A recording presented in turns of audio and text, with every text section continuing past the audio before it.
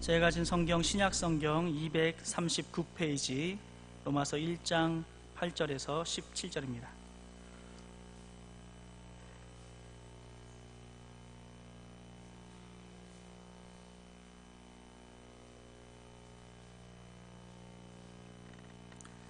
먼저 내가 예수 그리스도로 말미암아 너희 모든 사람에 관하여 내 하나님께 감사함은 너희 믿음이 온 세상에 전파됨이로다.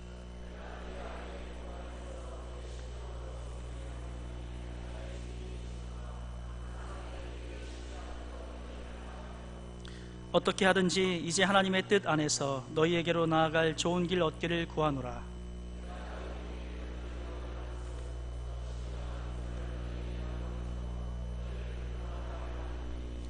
이는 곧 내가 너희 가운데서 너희와 나의 믿음으로 말미암아 피차 안위함을 얻으려 함이라.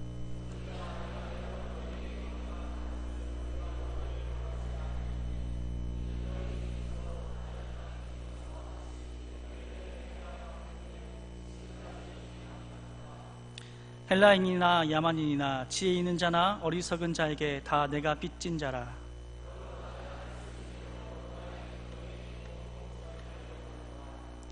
내가 복음을 부끄러워하지 아니하노니 이 복은 모든 믿는 자에게 구원을 주시는 하나님의 능력이 됨이라. 먼저는 유대인에게요 그리고 헬라인에게로다. 복음에는 하나님의 의가 나타나서 믿음으로 믿음에 이르게 하나니 기록된 바 오직 의인은 믿음으로 말미암아 살리라 함과 같으니라. 아멘. 이 시간 믿는 자에게 주시는 구원이라는 말씀의 제목으로 담임 목사님 말씀 전해주시겠습니다.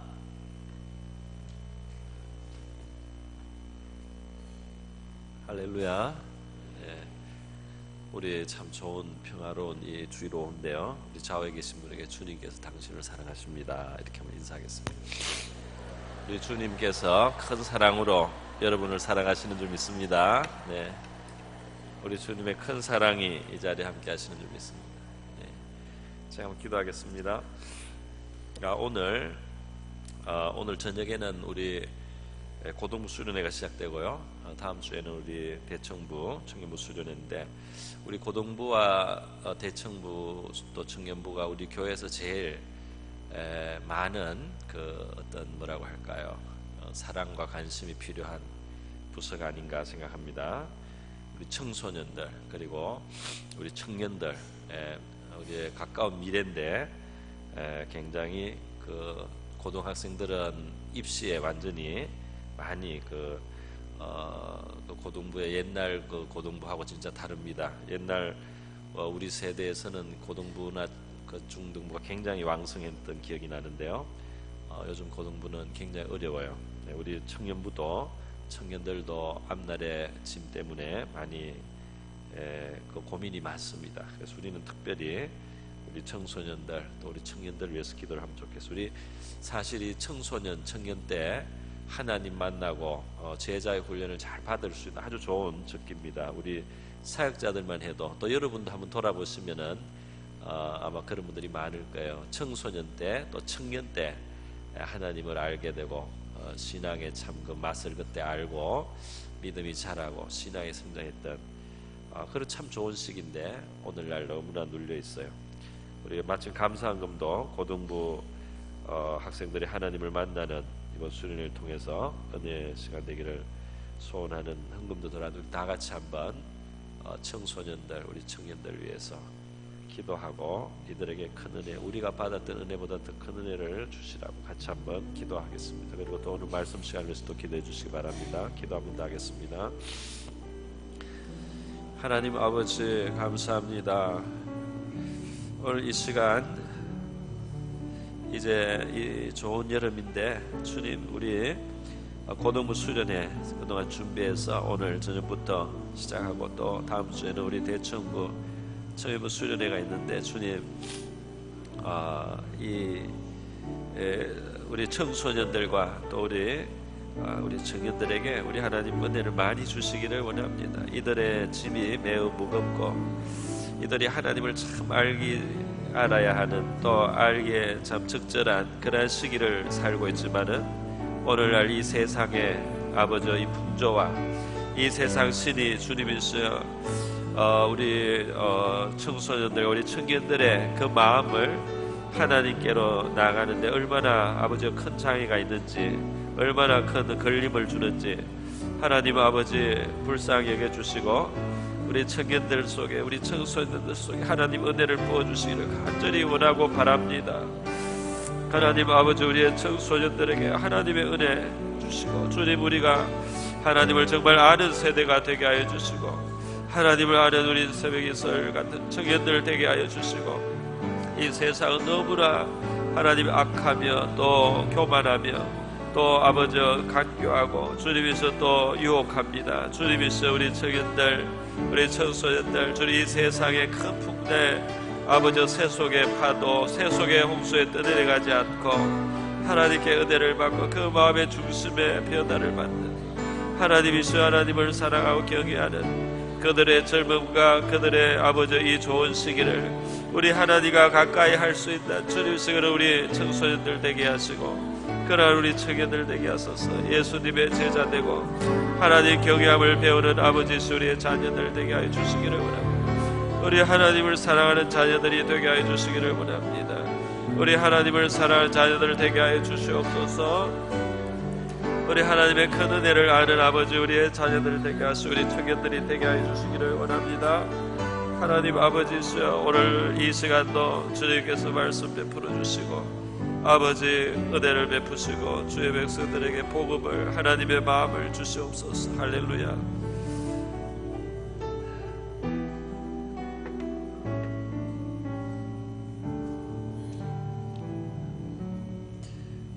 은혜로우신 하나님 아버지, 오늘 우리 하나님의 은총으로 저희들이 이렇게 모여서 예배를 드리는데 기도를 드립니다. 우리 청소년들과 우리 청년들에게 이번 수련의 기간을 통해서 또 그 이후로도 큰 은혜 내려주시기를 간절히 원합니다. 하나님을 만나기에 좋은 시기인데 그들의 마음속에 정말 하나님의 것으로 채워지고 하나님 만나고 예수님의 참 제자가 되어서 양육될 수 있는 너무나 좋은 시기인데 세상의 짐이 너무나 무겁습니다. 하나님 아버지, 그것을 극복하고 우리의 은혜의 세계로 크게 성장하는 우리 청소년들이 되기를 원하고 또 믿음에 성장하는 우리 청년들 되기를 원합니다. 이번 수련에 많은 은혜를 내려주시옵소서. 그리고 오늘 이 시간 우리 말씀을 또 나눌 때 부족한 종에게 영감을 주시고 은혜 주시고 우리 성도들에게 친히 말씀해 주셔서 종이 다 전하지 못하는 것은 주님께서 감동하여 주시고 우리 성도들에게 주님께서 알려주시고 깨닫게 하시기를 원합니다. 주님, 이 시간을 주님께 의탁하오며 고마우신 예수님의 귀하신 이름으로 기도드립니다. 코가 막혀서 좀 소리가 양해해 주시기 바랍니다. 오늘 믿는 자에게 주시는 구원이라는 제목으로 제가 말씀을 나누려고 합니다. 이 로마서가 지금 우리가 지난주에서 두 번째로 보고 있는데요, 이 서론 부분이라고 할 수 있어요. 아직 본론에 들어가지 않았는데 로마서는 로마 교회에 사도 바울이 이제 보낸 그 서신인데 이 로마 교회를 사도 바울은 가보지 못했습니다. 이 로마 교회를 가보지 못했어요. 사도가 복음을 직접 전한 지역이 있는데 지금 이 편지를 쓸 때 사도가 이 로마 교회를 세운 것도 아니에요. 이 로마 교회는 흩어진, 박해를 받아서 흩어졌던 그 평신도들 중에 가서 교회가 생겼다고 합니다. 사도 바울이 직접 고린도 교회라든지 뭐 이런 교회들은 사도 바울이 직접 가서 복음을 전해서 교회를 형성했던 그런 교회들이 성경에 많이 있어요. 사도행전에 나오는데요. 여기에 로마서 같은 이런 그 로마 교회 같은 경우에는 사도 바울이 직접 세운 교회가 아닌데 교회가 세워져서 정말 아름다운 교회가 되었습니다. 사도 바울이 없어도 아름다운 교회가 생기는 거예요. 할렐루야. 하나님이 맞아. 이름 없는 그 평신도들이 박해를 피해가지고 그 간 곳이 로마인데 거기에서 복음을 전하고 모여서 예배하고 이렇게 하는 사이에 성령이 역사하고 은혜가 주어지니까 아름다운 교회가 세워진 거예요.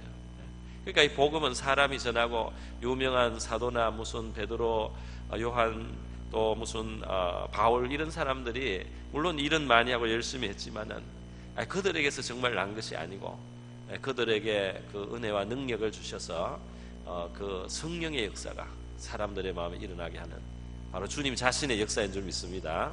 주님 자신이 말이죠, 교회를 세워. 그래서 어떤 교회들은 어떤 훌륭한 뛰어난 무슨 내놓을 만한 사람이 하나도 없어도 그 교회는 너무나 아름다운 교회가 될 수 있다 이겁니다. 할렐루야.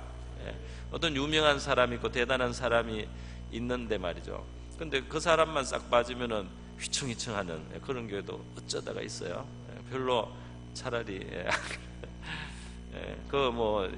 능력 있는 분이 있는 건 좋지만은, 하나님의 교회는 하나님이 세우시고 축복하시고 기르신단 말이죠. 그게 바울도 지나가고 베드로도 지나가고 이런 사람 저런 사람이 하나님의 부름을 받아서 사역을 하고 일을 하는데 바로 주님이 참된 목자이신 줄 믿습니다.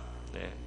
근데 오늘 그 로마 교회를 생각하면서 바울은 로마 교회에 제대로 가서 한 번도 아직 얼굴을 보고 가르친 적이 없어요. 그래서 굉장히 보고 싶다고 그런 말을 지금 많이 한 것입니다. 내가 너희 보기를 간절히 원한다 그랬어요. 또 가서 신령한 은사 나눠주고 싶다 그랬어요. 그러니까 사도는 하나님께 어떤 그런 능력과 권세를 받은 거예요. 그래서 사람들에게 같이 가서 안수해 준다든지 이렇게 했을 때 은사들이 그때 나타나기도 하고, 그래서 그런 것을 로마 교회에 좀 너희들에게 나눠줘서 또 우리가 서로 믿음 안에서 교제하면 서로 참 위로를 많이 받을 것이다.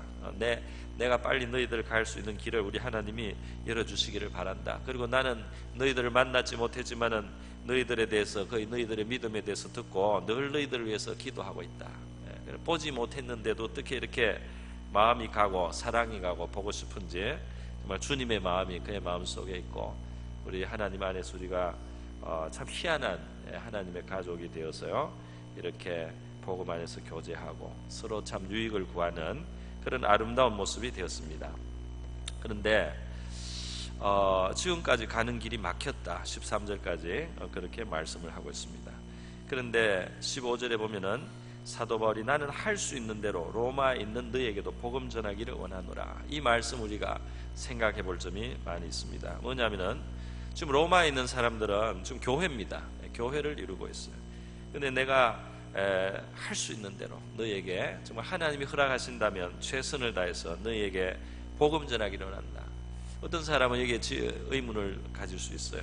왜냐하면 이 사람들은 지금 예수님 믿고 말이지, 바울이 아닌 다른 사람들이 전한 예수님에 대해서 듣고 이미 복음을 받았으니까 교회가 되어가지고 로마 교회가 되었는데, 그런데 여기에 사도 바울이 왜 와서 또 복음을 전하기를 원하느냐 말이야. 그 로마에 있는 너희에게라고 했습니다. 이 너희가 바로 하나님의 부르심을 받은 자. 이 앞에서 보면은 너희는 로마에 있어서 1장 7절에 보면 로마에서 하나님의 사랑하심을 받고 성도로 부르심을 받은 자들이다. 그들이 바로 이 로마 교회 성도들인데요. 너희에게 복음 전하기를 원한다. 이미 복음을 받아서 믿었으니까 신자가 되고 교인이 됐는데 무슨 우리에게 또 복음 전한다는 말이 좀 이상하다. 어떤 사람이 이렇게 생각할 수 있습니다. 이미 믿는데 무슨 복음을 우리에게 전하려고 하시냐 말이죠. 이 사도 바울은 로마 교회의 복음을 정말 설명해 주기를 원했고 복음을 깊이 알려주기를 원했습니다. 그래서 우리가 로마서가 16장인데요. 이 로마서에 이 로마서가 유명한 것이 뭐냐 하면은 이 하나님의 구원의 이 도리 복음을 굉장히 체계적으로, 어쩌면은 이 신약 성경 중에 제일 체계적으로 종합적으로 전체를 다 이렇게 포괄해서 잘 설명한 것이 로마서라고 해요. 그러니까 그 사도 바울은 로마에 당장 가지 못하는 안타까움을 가지고 마음을 가지고 이제 글로써 일단 먼저 복음의 풍성함을, 그들에게 복음이 얼마나 깊이 있는 것인지를 보여주기 위해서 이 로마서를 써서 오늘 우리에게도 많은 유익이 되고 있어요. 그러니까 로마서는 우리가 한번 읽고 또 두고 읽고 이해하려고 하는 그런 좋은 참 성경이라고 할 수 있습니다. 이거를 알면은 우리가 복음을 깊이 이해하는데 큰 이제 도움이 되는 거죠. 여러분, 어떻게 교회가 복음을 또 들어야 되느냐? 이 이제 질문을 제가 던졌습니다. 왜 이미 교회인데 복음을 들어야 되느냐 말이죠. 많은 사람들이 이 복음이라고 하는 것은 처음 입문할 때, 예수 처음 믿을 때 듣고 그 다음부터는 어떻게 살아야지 상 받는지, 어떻게 받아야지 복 받는지 그런 거 좀 더 알아야 되지 않느냐. 처음에 구원받을 때 내가 예수 믿고 이제 천국 티켓을 받기 위해서 일단 복음은 받고 예수님 일단 모셔놓고 그 다음에 이제 내가 다른 여러 가지를 신앙 안에서 하고 배우고 또 봉사하고 순종하고 이렇게 해서 우리가 그 다음으로 나가지 왜 복음을 또 들어야 되느냐 이렇게 생각할 수가 있습니다. 그런데 복음이 무엇인지를 우리가 바로 안다면 이 복음을 계속해서 더 전하려고 하는 사도 바울의 의도를 조금은 이해할 수 있습니다. 복음이 무엇이냐? 복음은 그냥 몇 페이지에 우리 복음 요약해가지고 인간은 하나님이 사랑하시고 좋은 뜻을 가지고 계시지만은 인간이 타락을 해가지고 인간이 하나님과 멀어져서 심판당하게 되고 해서 하나님이 자기 아들 이 세상에 보내주셔서 우리를 위해서 대신 형벌을 받게 하시고 죽고 부활하셨는데 이분을 우리가 영접하고 모시면은 우리와 하나님 사이의 관계가 회복됩니다. 그리고 우리 하나님과 관계가 되면 우리가 이 땅을 살면서 그리고 영원토록 우리 하나님과 함께 살아가는 이 영생과 구원에 들어갑니다 하는 요것만 복음인 줄 알아요. 그렇게 해서 예수를 전 믿게 하는 전도지 같은 거 있지 않습니까? 그런데 그것만 복음이 그 다음부터는 다른 거라고 생각하는데 이 복음이 무엇이냐 우리가 로마서 1장에서 다시 한번 보면은요 이 복음은 1장 2절에 하나님이 선지자를 통하여 그의 아들에 관하여 성경에 미리 약속하신 것이라 그랬어요. 그러니까 이 복음은 예수 그리스도에 대한 것입니다. 그러면 복음을 알아간다는 것은 결국 뭐냐 하면은 예수 그리스도에 대해서 알아가는 겁니다. 할렐루야. 예수 그리스도를 얼마나 알고 있습니까? 예수 그리스도를 얼마나 알고 있어요? 여러분은 친한 친구도 있고 먼 친구도 있습니다. 먼 친구도 안다고 하고 친한 친구도 안다고 합니다. 그러나 먼 친구를 아는 것과 친한 친구를 아는 것은 현저히 차이가 있지 않습니까? 친한 친구 말이죠. 정말 아는 친구, 내가 깊이 아는 친구, 그 친구와 내가 손발을 맞출 수 있는 그런 친구, 내가 정말 이야기를 해도 끝없이 할 이야기가 있는 친구 말이죠. 친하지 않으면 몇 마디 하면 할 말이 없습니다. 친하면 만날수록 할 이야기가 끝없이 있습니다. 그렇지 않습니까? 할렐루야. 친한 거 안 친한 건 그걸 알아볼 수 있어요. 또 친한 사람은 그냥 얼굴만 봐도 느낌 알고 말이죠. 무슨 생각하는지 알고 그런 게 친한 거 아닙니까? 여러분 예수 그리스도를 우리가 얼마나 아느냐, 예수를 아는 만큼 우리가 복음을 아는 것인데 우리가 아는 복음이 얼마나 아는 복음이냐 우리가 스스로를 돌아볼 필요도 있어요. 그죠? 그냥 하나님 아들이 왔다더라, 내가 그걸 영접하고 마음에 모시면은 나는 지옥에 안 간다더라, 그래서 나는 모셨다. 그리고 그 다음은 뭔가 이제 그 다음은 뭐 제자가 돼야 되겠다, 그 다음은 뭐 상급받는 주의 사역자가 돼야 되겠다, 이렇게 가기보다 물론 그런 면도 있지만은 예수 그리스도를 알아가는다는 데서 그 한계가 있겠습니까, 여러분? 예수님이 누구신지를 우리가 알아가고 그분과 친하여지고 그분을 깊이 알아간다는 데서 한계가 있겠습니까? 그분은 근본 하나님의 형상이에요. 그 본체 형상, 그는 그 본질이 하나님이신 분이면서 완전한 사람이 되신데 그분을 알아간다는 데서 우리 한계가 있겠는가, 그런 생각을 하고 도전을 해봅니다. 그래서 우리 신앙생활을 하면서 결국 우리는 예수를 얼마나 깊게 아느냐, 그의 마음을 얼마나 아느냐, 그의 능력을 얼마나 아느냐, 그의 그 성품을 얼마나 아느냐, 그것을 내가 얼마나 알고 나의 삶 속에서 그를 정말 의지할 수 있는가, 그를 내가 정말 알기 때문에 그분과 내가 할 이야기가 많은가, 그분과 할 이야기가 없는가, 그분 때문에 나는 위로를 받는가, 그분 때문에 나는 즐거운가, 그분을 향해서 내가 할 찬양과 노래가 끝없이 나오는가, 나는 그분 때문에 울기도 하고 그분 때문에 웃기도 하는가, 그분은 멀리 있는 그냥 나를 구원한다는 분이다더라, 그 멀리 있는 어떤 친구 같은 분이냐 말이야. 나는 예수를 얼마나 아느냐, 이것이 복음의 문제고, 우리가 복음을 아는 것은 바로 우리를 구원하신 예수 그리스도, 하나님의 아들, 자기를 우리를 위해서 내어줄 수 있는 사랑을 가졌다고 하는 그분의 마음을 우리가 얼마나 알고 그분을 생각하는 것이 우리에게 얼마나 감격이 되느냐. 이런 것을 우리가 생각하면은 우리는 복음을 더 알아야 될 것이 많다는 생각을 하게 되는 겁니다. 그래서 어떤 분들은 현재 우리 한국교회 문제도 우리가 예수를 믿고 나서 뭘 안 해서가 아니고, 우리가 뭘 실천을 해야 되는데 실천을 안 해서가 아니고, 사실은 복음 자체를 너무나 피상적으로 알기 때문이다, 이렇게 말씀하시는 목사님이 있어요. 그 말씀이 상당히 수긍이 가는 바가 있습니다.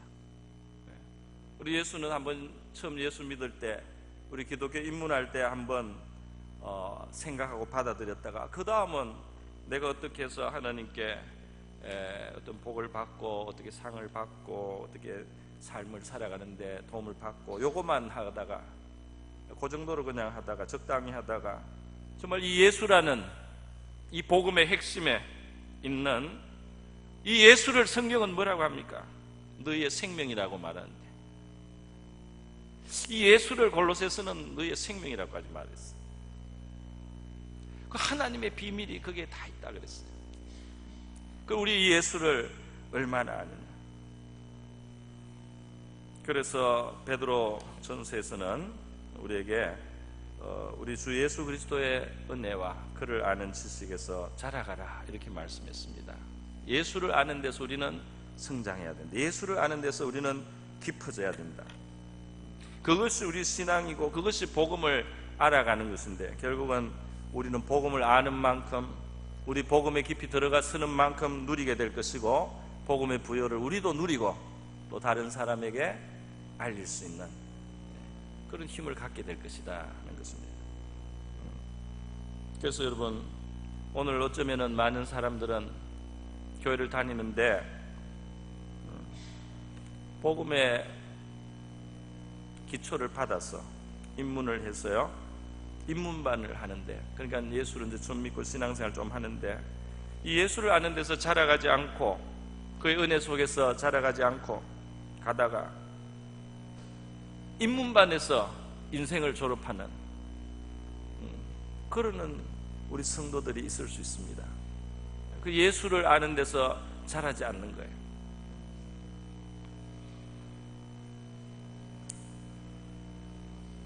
저와 여러분에게 하나님께서 우리 예수님을 알아가는 정말 은혜 깊어지게 해주시면 감사하겠습니다. 근데 이런 기도는 하나님이 잘 들어주실 것 같지 않습니까? 그죠? 우리가 구하지 않는, 혹은 우리가 좀 무관심한, 이건 사실은 이거를 많이 구해야, 사실은 많이 조금씩만 구해도 굉장히 하나님이 응답해 주실 줄로 믿습니다. 나 하나님 예수님을 알게 해주세요. 예수님의 사랑에 대해서 알게 해주세요. 그 은혜에 대해서 알게 해주세요. 그 능력에 대해서 알게 해주세요. 내가 정말 예수님을 의지할 수 있게 해주세요. 내가 정말 예수님의 사랑을 알게 해주세요.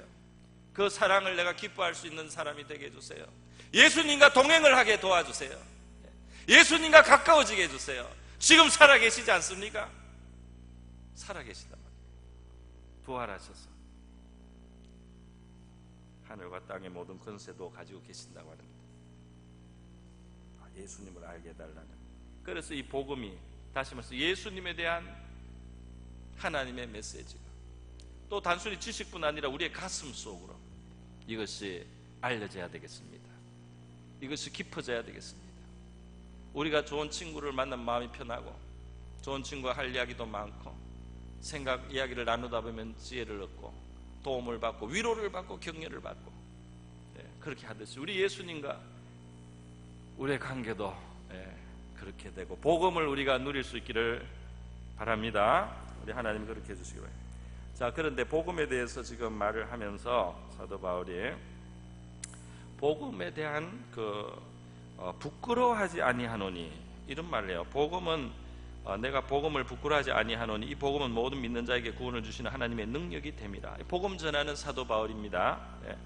복음 전하는 사람이 복음을 부끄러워하면 곤란하겠죠. 그러나 이 말씀은 참 특이해요. 저는 저 자신의 경험을 돌아봅니다. 내가 복음을 부끄러워한 적이 참 많거든요. 그래서 나는 복음을 참 부끄러워했다는 이 말 보면은 너무나 공감이 됩니다. 근데 내가 복음을 부끄러워하지 아니하노니, 그 부끄러운 수도 있는 복음을 부끄러워하지 않고 그것을 모든 사람에게 구원을 주시는 하나님의 능력이라는 것을 확신하고 이제 사도 바울은 복음을 전했습니다. 여러분, 제가 영국에서 어느 글을 읽었는데요, 믿지 않는 사람이 쓴 거예요. 믿지 않는 영국의 어느 저명한 사람이 좀 무슨 지식인인 것 같아요. 무슨 신문사의 무슨 높은 아주 그 유명한 말하자면 언론인 같은 사람이 글을 썼는데 뭐라고 썼는지 아세요? 너희 기독교인들이 말하는 그 진리, 너희가 믿는 그 복음이 진짜라고 하자. 정말 인류의 문제는 죄의 문제이며 그것은 사랑의 하나님이 해결하시기 위해서 자기 아들을 보냈다고 하자. 그가 진짜 죽었고 부활했고 그의 피가 인류를 구원하는 능력이 있다고 하자. 성령이 역사한다고 해주자. 그러면 내가 보기에 내 주변에 있는, 영국에 있는 말이죠, 신자들 보니까 안 믿는 것 같다. 진짜 그것이 사실이라면 어떻게 가만히 있을 수 있냐? 진짜 그것이 사실이라면 만약에 내가 가상을 해서, 내가 상상을 해서 그게 진짜라고 생각하면 나는 당장 옆집을 찾아갈 것이다. 나는 당장 옆집 사람에게 그 이야기를 안 할 수가 없을 것이다. 나는 이 사람을 만나고 저 사람을 만나서 이거를 알리고 싶을 것이다. 그런데 내가 보니까 이 영국에 그렇게 믿는다고 교회 교리는 되어 있는데, 주장은 하는데 그렇게 하는 사람이 잘 안 보여. 그러니까 내가 너들을 못 믿겠다. 너들이 하는 이야기를 못 믿겠단 말이야. 너들이 믿는다는 거 하고 너들이 거기에 대해서 보여주는 거하고 너무 차이가 있단 말이야. 이렇게 글을 썼어요. 믿지 않는 사람이 상당히 도전이 됩니다. 그 사람은 굉장히 머리 좋은 사람이에요. 여러분은 여러분의 삶 속에서 정말 하나님이 살아계시구나 라든지, 또는 정말 나는 죄인인데 예수님의 은혜로 내가 구원받았다든지, 그래서 나는 정말 구원받았구나, 나는 정말 하나님이 주시는 약속을 가졌다, 나는 영생의 약속을 가지고 있다, 나는 천국 간단 말이야, 나는 죄인이지만 용서받았다, 나는 지옥 가지 않는다, 내 죄가 다 용서받았다, 이런 깨달음이 와가지고 그것 때문에 주변 사람들에게 말을 하고 싶은, 말을 정말 해주고 싶은 그런 경험 여러분 있는지 한번 생각을 해보십시오. 그런 때가 있을 수도 있겠죠, 그죠? 있었다가 지나갔을 수도 있어요. 그때는 분명히 그랬는데 좀 무디어졌다든지, 아니면 지금도 열심히 전하는 분도 있겠죠. 네. 여러분, 왜 복음을 부끄러워하냐? 여러 가지 이유가 있습니다. 일단 이 세상 전체적으로는 이 복음을 거절하는 분위기, 그죠? 이 세상에서 복음을 인정하지 않는 분위기. 그래서 이 복음을 말하는 것은, 이 세상이 우리 예수 그리스도에게 주는 자리라고 하는 것은 4대 성인의 하나 정도로 거기 좀 있으라. 더 이상을 주장하지 마라. 인류의 여러 종교 중에 하나라는 그 자리에 인정해 줄 테니까 그 자리에 머물러 있으라. 더 큰 소리는 내지 마라. 너희가 절대적인 진리라고 하지는 마라.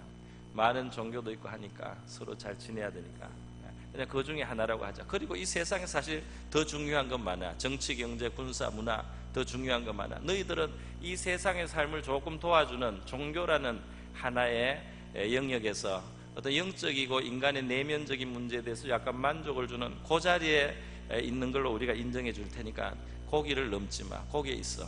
세상이 우리에게 주는 자리는 잘하면은 그 정도입니다. 또 심하면은 얘들은 정신이 없다. 군대에서는 환자다. 기독교 환자라고 불러요. 옛날에 그랬어. 요즘은 아닌가요? 군대가 그 세상이 주는 자리예요. 하나님을 절대적으로 믿는 다니엘의 세 친구 같은 사람들이 하는 일은 그 주변의 사람들이 이해를 할 수가 없는 겁니다. 그렇지 않겠습니까? 신상에 한 번만 굽복하면 될 텐데 그걸 안 해가지고 불구덩이에 들어가겠다는 거예요. 기도 안 하고 숨어 있으면 되는데 그 문 열어놓고 계속 창문 열어놓고 기도하다가 사자굴에 들어가는데 그냥 하는 거예요. 죽어도 하겠다는 거예요. 이해가 되는 게 아니지 않습니까? 세상이 그걸 어떻게 이해하겠습니까? 그렇게 절대적인지를 어떻게 알겠어요? 여러분, 이 세상이 복음을 인정하지 않습니다. 이 세상은 말이죠, 성경에 의하면 세상 신이 있어요. 세상에 큰 영이 있어요. 세상의 죄악의 흐름을 만들고 인간의 생각을 하나님과 멀어지게 하고 하나님을 떠나서 살게 하는 세상 신의 영향권이, 영향력이 이 세상에 많이 있어요. 역사하고 있어요. 마귀의 권세가 깨트려졌지만 일정 기간 동안 마지막 날이 올 때까지 이 세상에 죄로 인해서 스스로를 판 아담의 후손의 위에 이 악한 영의 역사가 아직까지 허용되고 있습니다. 그래서 사람들의 마음에 말이죠, 영생에 대해서, 하나님에 대해서, 진리에 대해서 찾아나가는 것을 방해하고 많은 혼돈을 주고 혼란을 주는 그런 거짓의 영이 역사하고 인간을 강팍하게 하고 교만하게 하고 잘못된 지식을 갖게 해서 하나님께로 돌아가는 것을 가로막는 그런 영의 역사가 있다는 거예요. 성령이 우리 성도들에게 찾아오셔서 역사하시면 성령은 말이죠, 우리에게 제정신을 갖게 합니다. 할렐루야. 하나님의 영이 오면 사람이 제정신이 드는 거예요. 제정신이 드는 거예요. 제정신을 잃었다가 제정신을 차리는 게 성령이 모십니다. 성령을 모시는 거예요. 그래서 그 복음 시대를 말하는 신약 성경 중에 보면 그 아비의 마음을 자식에게로 돌아오게 하고 자식의 마음을 아비에게로 돌아오는 정상적인 관계가 되게 하는, 정상적인 관계가 되게 하는 그 집안의 그 속에서 관계조차도 이 하나님의 은혜가 임하고 성령에 의해서 사람들이 그 어그러졌던 관계들을 바로 할 수 있는 정상이 되게 하는 하나님의 역사라는 겁니다. 할렐루야. 어떤 사람은 복음을 전하는 것이 부끄럽게 생각되는데 그것은 내가 복음과 일치하는 삶을 살지 못하고 있다는 것을 마음속에 알기 때문에 그래요. 내 마음에 내가 생각해도 나는 복음에 서서 사는 게 아니고 내가 적당하게 그냥 살기 때문에 이 복음을 전할 용기가 없는 거죠. 그럴 수 있지 않겠습니까? 저도 그랬다고 생각합니다. 그런데 여러분, 세상이 거절하기 때문에 복음을 못 전하고 부끄러워하고 또 내가 복음에 입각해서 살지 못하니까 복음 전하는 것이 부끄럽고 이러한 것들이 우리에게 정당하게도 보이지만은 문제가 있습니다. 왜 문제가 있느냐? 결국은 온 세상도 모든 인류가 이 복음을 듣게 되는 날이 옵니다. 할렐루야. 그러니까 이 복음이 진실이고 참이라는 것을 모든 인류가 알게 되는 시간이 오는 거예요. 그분의 보좌 앞에 서야 되는 거예요. 모든 인류가. 그렇게 될 때에 그때 우리가 이 세상에서 지금 욕먹지 않고 가만히 조용히 그냥 잘 지내면은 사람들이 그래 너희들이 그렇게 우리 사회에 어떤 자극을 주지 않고 그냥 너희에게 우리가 준 자리를 지키고 그냥 그렇게 온순히 있다가 그리고 너희들 하고 싶은 대로 하다가 믿다가 가라, 이렇게 세상은 지금은 그렇게 하지만은 나중에 하나님의 보좌 앞에 서게 될 때 세상이 교회를, 신자들을 정죄하게 되는 것입니다. 왜 당신들은 그 소식을, 우리가 살 길을 왜 전하지 않느냐? 당신들은 그것을 알면서 왜 안 전했냐? 우리가 망하고 있는 것을 왜 그냥 내버려 뒀냐? 이렇게 세상이 오히려 정죄할 수가 있어요. 그 날이 있을 수 있어요. 그렇기 때문에 마지막을 생각하면은 지금 우리가 복음을 전하는 것이 정당합니다. 지금은 좀 욕을 먹더라도 이것이 참입니다. 이것이 진실입니다. 이 세상에 알려주는 것이 우리의 양심에 맞고 그리고 세상 앞에 나중에 떳떳한 일이 되는 거예요. 내가 복음 앞에 살지 못한다는 그 부끄러움은 어떻게 됩니까? 내가 복음대로 못 사니까 복음을 못 전한다. 복음은 우리 자신을 전하는 게 아니에요. 내가 얼마나 의로운 인간인지, 내가 기독교를 잘 믿어서 얼마나 훌륭한 사람이 됐는지, 그래서 내 자랑을 하고 나에 대해서 전하는 것이 아니고 나는 보잘것없는 죄인이며 하나님의 아들이 죽지 않으면 구원받을 수 없는 그런 존재인데, 지금도 그렇고 과거에도 그랬지만은, 그러나 당신이 이분을 만나고 영접해서 살 길이 있습니다. 이거는 사실입니다. 나에 대해서 할 말은 없습니다. 그러나 이것은 진실이고 이분을 믿고 이분을 당신이 영접해서 살 길을 찾는 것이 당신의 최선인 줄을 내가 알고 있습니다. 사마리아 수가성 여인은 말이죠, 6번째 남자인지 5번째 남자인지 남자하고 살고 있는데 예수님을 만나서 예수님이 하나님 아들인 거 알았어요. 자기의 구원자라는 거 알았어요. 그러니까 그 남자하고 헤어지지도 않고 복음을 전하기 시작했어요. 나중에 헤어졌을 것 같은데, 헤어지기도 전에, 생활을 정리하기도 전에 너무 놀래가지고 복음을 전해 동네 들어가서 나를 이렇게 다 아시고 이 죄인을 상대해 주시고 사랑을 보여주시는 이 메시아를 만나라, 그렇게 했어요. 제가 어제 광명에 갔어요. 우리 박상필 목사님하고 광명의 철산동에 어떤 그 청년 자매가 혼자 길거리에서 예배를 드리는 거예요. 그게 이제 어디 유튜브 같은 데 나왔습니다. 여러분도 찾아보면 나올 수 있어요. 강한별이 백석대단인 거예요. 하여튼 그 자매가 이제 그 길거리에서 예배를 하는데 찬양을 하다가 성경을 좀 읽다가 또 기도를 하고 했는데 사람이 몇십 명이 모였는데 나중에 보니까 한 100명 정도 모여서 그 제일 중심가에서 이제 그렇게 하고 있어요. 근데 찬양을 참 잘하더라고요. 찬양을 참 잘해요. 그래서 그 외국에서는 뭐 길거리에서 우리 한국에도 그렇지만 그냥 노래도 하지 않습니까? 세상 노래도 하고 그 동전도 던져주고. 그런데 이제 그 사람들이 그렇게도 겉으로는 볼 수 있어요. 그냥 찬양을, 아름다운 노래를 하니까 그냥 들어줄 수도 있어요. 어쨌든 중요한 것은 뭐냐면 이 세상에 하나님이 계시고 이 하나님이 우리를 향해서 가지고 계신 너무나 아름답고 은혜로운 하나님의 그 일이 있는데, 세상이 듣든지 안 듣든지 이것은 알려야 될 일이고 이것을 드러내는 것은 정당하다. 할렐루야. 이것을 감추고 있는 것은 잘못됐다. 이것을 은희하는 것은 양심적으로 맞지 않고 이것을 가리고 있는 것도 잘못됐단 말이에요. 이것을 드러내는 것이 합당하다. 그래서 그 참 가서 그걸 보고 또 도전을 받기 위해서 제가 봤습니다. 보고 기도도 하고 그렇게 왔는데요.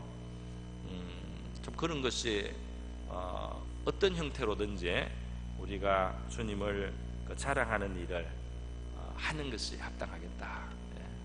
그런 도전을 받았어요.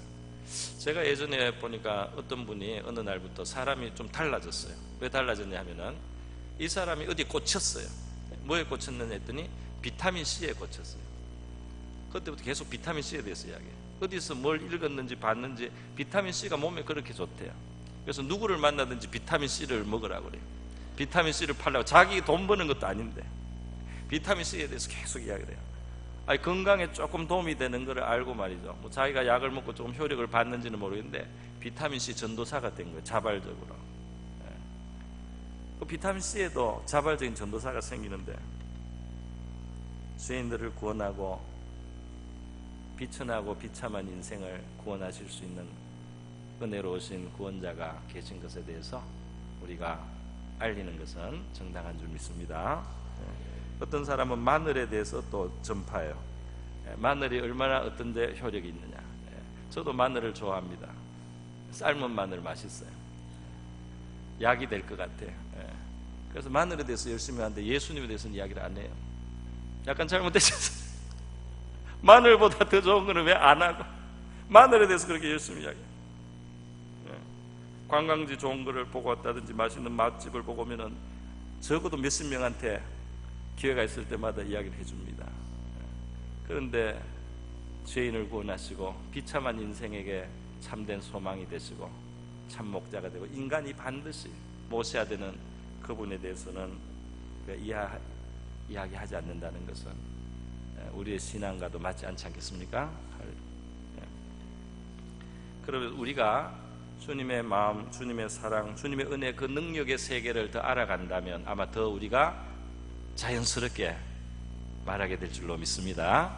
그리고 우리 교회의 은혜가 필요한 것은 우리가 하나님에 대해서, 특별히 우리 주 예수 그리스도의 크신 은혜에 대해서 우리가 알아가고 그것이 우리의 마음에 기쁨이 되고 그것이 우리의 마음에 크게 다가와서 그것을 우리가 말하고 싶은 바로 그런 우리 성도들, 우리 교회 될 수 있기를 축원합니다.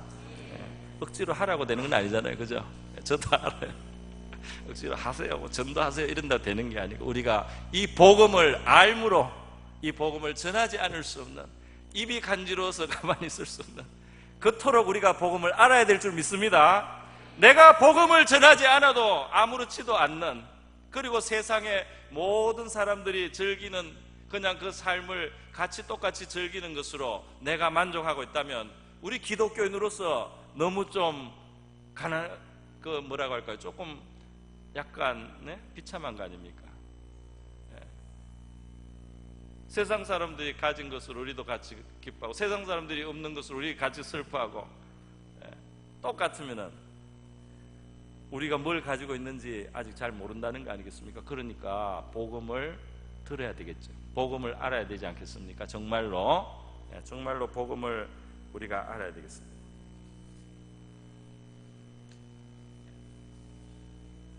저는 마지막으로 오늘 믿음으로 사는 의인의 삶에 대해서만 말씀하고 맡겠습니다. 오늘 복음에는 하나님의 의가 나타나서 믿음으로 믿음에 이르게 하나니 기록된 바 오직 의인은 믿음으로 말미암아 살리람과 같으니라 그랬어요. 여러분, 하나님 앞에 의인이 없어요. 성경에 보니까 인간이 타락하고 나서는 그 다음부터는 하나님이 심판해도 바뀌지 않아요. 어려서부터 생각하는 것이 악하다고 그랬어요. 만물보다 부패한 것이 인간의 심령입니다. 사촌이 땅을 사면 기뻐야 되는데, 저 사람이 잘 돼서 기쁨이 돼야 되는데, 어떤 사람은 친한 친구가 잘 돼도 기뻐하지를 않고, 그 죄인의 증거입니다. 다른 사람의 행복이 나의 행복이 안 되고, 다른 사람의 잘된 것이 나를 더 초라하게 느끼게 하는, 우리가 이해는 됩니다. 우리가 다 그렇기 때문에 그런 건 이해는 돼. 그러나 선한 것은 아닙니다. 죄인이에요. 사람들이 도토리 키재기를 하면서 나는 저 사람같이 흉악죄를 안 지었다, 난 저 사람같이 비양심적이지는 않는다 하고 스스로를 위로하고, 이만하면 하나님도 나를 어떻게 심판하지는 못하겠지 생각하지만은, 그건 우리의 죄의 깊이를 깨닫지 못하기 때문에, 하나님이 죄의 깊이를 보여주려고 이스라엘에게 율법을 주신 거예요. 인류의 샘플로 하나님의 법을 한번 다 보여줄 테니까 이 좋은 법을 따라서 지키고 축복을 한번 받아봐라. 그랬더니 이스라엘이 판명이 났습니다. 안 돼요. 탐욕스럽고 미워하고 악하고 거짓되고 탐심을 쫓아가는 죄인이었어요. 모든 인류가 다 마찬가지입니다. 여러분, 그래서 인류가 하나님 앞에 의를 얻는 딱 유일한 방법은, 하나님이 정하시고 하나님이 인정하시는 방법은 믿음입니다. 할렐루야. 여러분, 믿음으로 구원받는다는 말을 뒤집으면 뭐냐면, 인간이 행위로서, 자기가 한 일로서 하나님이 인정해 줄 만한 존재는 절대로 못 된다는 뜻입니다. 사람들이 조금 남보다 낫고, 남보다 나는 선행을 했다, 나는 좋은 일도 좀 했다, 이걸 가지고 하나님 앞에 스스로를 세울 수 있는 줄로 이제 착각을 하는데, 그것이 가능하다면 하나님은 이런 구원의 길을 만들지 않았다는 것이 성경의 말씀이에요. 인간을 정말 있는 그대로 노골적으로 성경은 드러냅니다. 아무리 의인이었던 사람도 어떻게 죄가 있을 수 있는지를 성경이 그래서 더 잘 보여주는 거예요. 그래서 말이죠, 인간이 믿음으로써 하나님 앞에 의롭게 함을 받는다. 창세기 15장 6절에 시작됐습니다. 아브라함이 하나님을 믿으니 이것을 그의 의로 여기시니라. 인간이 하나님 앞에 의롭담을 받은 첫 번째 기록이 창세기 15장 6절. 하나님을 믿으니, 그 말씀을 믿으니, 하나님이 하신 그 메시지를 받아들일 때, 그대로 될 줄로 생각할 때, 하나님은 그때 인간을 의롭다 하신다. 왜?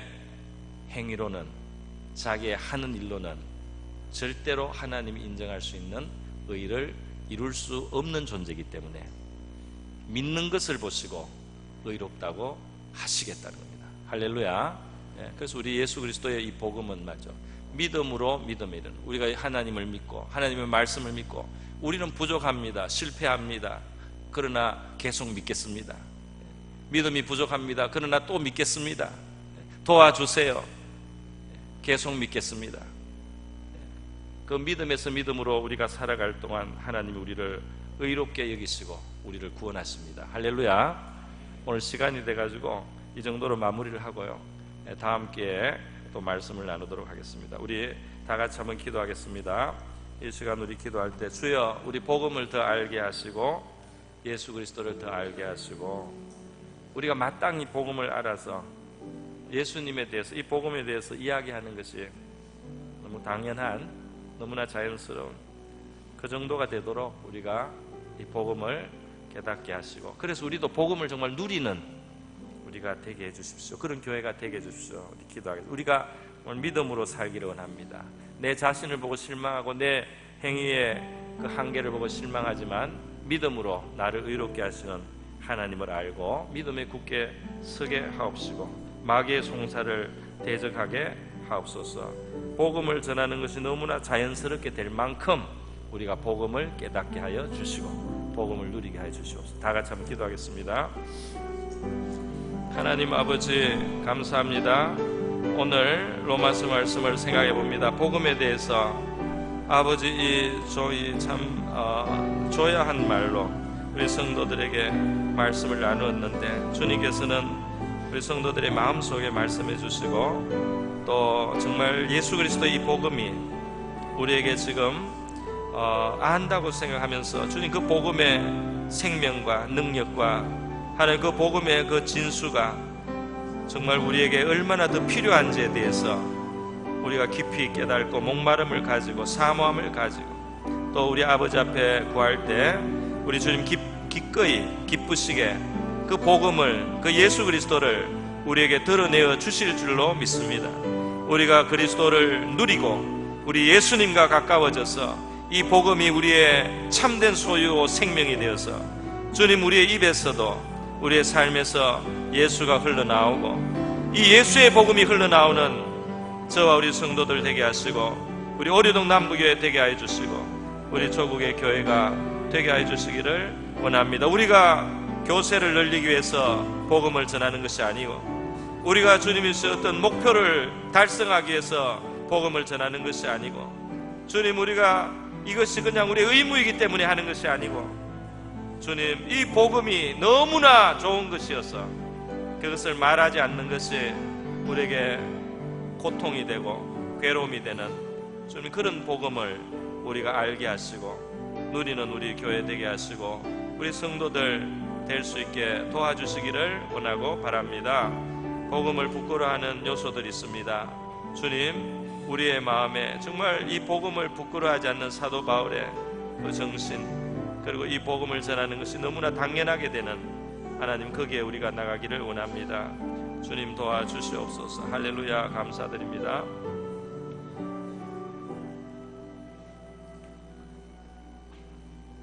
고마우신 하나님 아버지 감사합니다. 우리에게는 너무나 큰 복음이 주어져 있지만은 주님 이 복음의 그 깊이를 우리가 있는 대로 다 받지 못하고 깨닫지 못하고 또 사모하지 않고 다른 것에 우리의 마음이 많이 흩어져 있기도 합니다.